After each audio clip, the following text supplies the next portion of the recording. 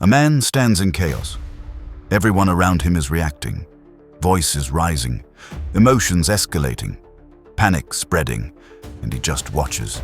Still, present, observing, not because he doesn't care, because he's chosen to respond instead of react. And in that moment, something shifts in the room. People go quiet, not because he said anything, because they sense something they can't access, something solid, something dangerous. That's the moment they realize, this man is different. Most men have never experienced true calmness. They've experienced numbness, indifference, dissociation. But calmness, actual calmness, where you're fully present but completely unmoved by circumstance, that's rare. That's powerful. Calmness signals something to people that terrifies them. It signals control. Not control over circumstances. Control over yourself, your internal state, your response. Most people have never had that. Their emotions control them. Their circumstances dictate their state. They're reactive beings in a reactive world. Then they meet a man who isn't reactive, who stays present no matter what, who doesn't escalate when provoked, who doesn't panic when circumstances shift. And they don't know what to do with that, because they can't manipulate him the way they manipulate other men. The fear isn't fear of violence or danger. It's fear of encountering something solid, something that won't bend to pressure, something that can't be moved by emotion or circumstance. People are used to leverage, emotional leverage, social leverage, the ability to provoke a reaction and use that reaction against someone. A calm man removes that leverage entirely, and in that removal, people feel the loss of their power over him. That's what they fear, but underneath the fear, something else emerges, and that's what we need to understand. Here's where most men get it wrong. They think calmness means indifference. They think it means you don't care, that you're cold, that you're disconnected. So they reject it. They believe that emotional reactivity is authenticity, that showing every feeling is being real, that controlling your response is suppressing yourself. This is the confusion that keeps men enslaved. Calmness isn't the absence of emotion. It's mastery over your response to emotion. You feel things: anger, frustration, disappointment, desire. But you don't let those feelings dictate your actions. You experience them and you respond from principle instead. That's the Stoic move. Not suppression, response. Think about what happens when a man reacts emotionally. He's enslaved to the thing that provoked him. If you say something that angers him, you've controlled him. He's doing what you caused him to do. His reaction proves your power over him. His inability to remain steady proves that circumstances determine his state. Now think about a man who stays calm. You say something that would normally provoke, and he experiences the anger. But he doesn't act from it. He responds from his principles. He stays present. He doesn't escalate. He doesn't defend. He doesn't justify. He just responds clearly from what he actually believes. In that moment, you've lost your leverage. You can't manipulate him because he's not reacting to you. He's acting from himself. That's the actual distinction. Not feeling versus not feeling. It's reacting versus responding. And that distinction is everything. Epictetus understood this perfectly. A master could torture him, the body could break, but the will, the internal authority over his own response, that couldn't be touched. That was completely in his control. So no amount of external pressure could actually enslave him, because he'd chosen what he controlled and what he didn't, and he'd built his freedom on what he controlled. This is what calmness actually is. It's the cultivation of that internal authority. Calmness isn't something you have.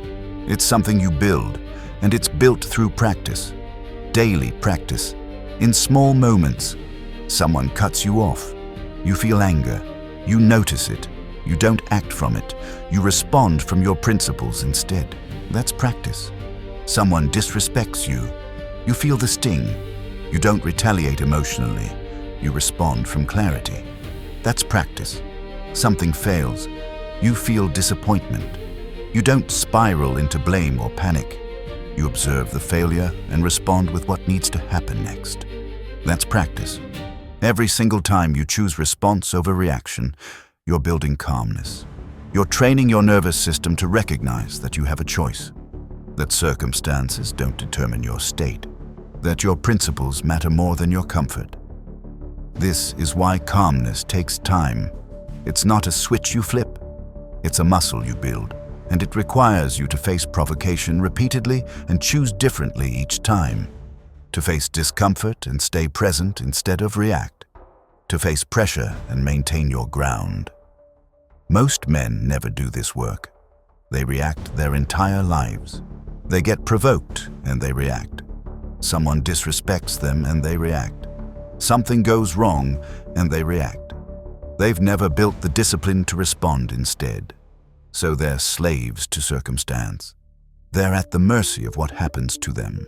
But a man who practices calmness, who repeatedly chooses to stay present instead of react, he builds something that can't be taken from him. An internal authority. A stability that doesn't depend on circumstances being favorable. That's the actual foundation of freedom. And here's what's dangerous about it. Once you have that, people sense it immediately. The fear people feel around calm man is the fear of encountering something they can't access. It's the fear of meeting someone who won't play the games they're used to playing. It's the fear of their leverage being useless. Think about how most social interactions work. There's an implicit understanding that emotion and reaction are the tools we use to navigate each other. Someone gets angry. Everyone reacts to the anger. Someone gets defensive. Everyone adjusts around the defensiveness. Someone needs reassurance. Everyone provides it. The game is provoke a reaction and respond to the reaction. Then a calm man enters the room, and the game breaks. You provoke him, and there's no reaction to work with. You try to anger him, and he stays present. You try to make him defensive, and he doesn't defend. You try to manipulate him with emotion, and he doesn't react to the emotion. He just observes it and responds from his own clarity. This is terrifying for people. Because they've lost their tools, their usual tactics don't work.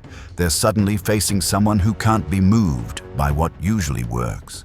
And in that loss, they feel the immensity of the gap between them. That's where the fear comes from. Not fear of what he'll do. Fear of what his calmness reveals. That he's not dependent on their approval. Not enslaved to their judgment. Not reactive to their pressure. He's solid in a way they aren't. And they can feel it. But underneath the fear, something else is happening. Because calmness also generates respect. Deep respect. The kind of respect that comes from recognizing something in someone that you don't have in yourself. Stability, authority, presence, ground. People respect what they can't move. What remains unmoved by pressure. What stays true to its principles regardless of circumstance. That's not weakness. That's strength. And on a deep level, people know it. So the calm man is feared and respected simultaneously. People fear his calmness because it removes their leverage. People respect it because it demonstrates mastery over something they struggle with constantly, themselves. Building calmness costs you something. It costs you the comfort of reactivity. It costs you the immediate release of emotion without consequence. It costs you the ability to let circumstances dictate your mood. It costs you ease. Because staying calm when you're provoked is hard. Staying present when you're disrespected is hard. Responding from principle when emotion is screaming at you to react is hard. Every single time you do it, you're choosing difficulty over ease. You're choosing discipline over comfort. People will test you, especially once they sense that you're calm. They'll push harder. They'll try different angles. They'll look for the button they can press. And each time, you'll have to choose. react like they want you to, or respond from what you actually believe. That's exhausting in a way that constant reactivity isn't, because constant reactivity requires no choice. You just react. But calmness requires constant, deliberate choice. This is why most men don't do it. It's easier to be reactive. It's easier to let circumstances dictate your mood. It's easier to give in to the pressure and the provocation and the discomfort. It's harder to stay grounded, to stay present, to keep choosing response over reaction. But that difficulty is where the strength comes from. That's where the actual power lives, in the deliberate choice to respond instead of react, in the discipline to stay grounded when everything is designed to destabilize you, in the commitment to your principles even when circumstances reward you for abandoning them. And once you understand that, you understand why people fear you. Marcus Aurelius wrote about this constantly. A man in the highest position of power, surrounded by people trying to move him, influence him, bend him, and he chose calmness, not indifference. Calmness rooted in understanding. He understood that his authority over his own response was the only real power he had. That external circumstances, other people's opinions, their demands, their pressure, that was all outside his control. So why would he waste his calmness on it? Why would he let things outside his control disturb his internal state? The Stoic doesn't ignore the external world. He just doesn't let it control him. He stays present, he observes, he responds from principle. But he's not moved by it, because he's grounded in something more solid than circumstance. He's grounded in his own authority over his response. This is what creates the calmness that people fear. It's not indifference, it's clarity. The clarity that comes from understanding exactly what you control and what you don't, and then acting from what you control and letting go of what you don't. A man who's built that clarity is rare, because most men are constantly trying to control things they can't. They're upset about other people's opinions. They're anxious about outcomes. They're stressed about things outside their influence. And all of that anxiety is proof that they don't understand the dichotomy of control. But a man who understands it, who really grasps that he controls his effort, his principles, his response, and nothing else, that man is calm. Not because he's given up, because he's focused his power where it actually matters. And that focus is what people sense. That's what they fear and respect simultaneously. Here's what you need to understand about calmness.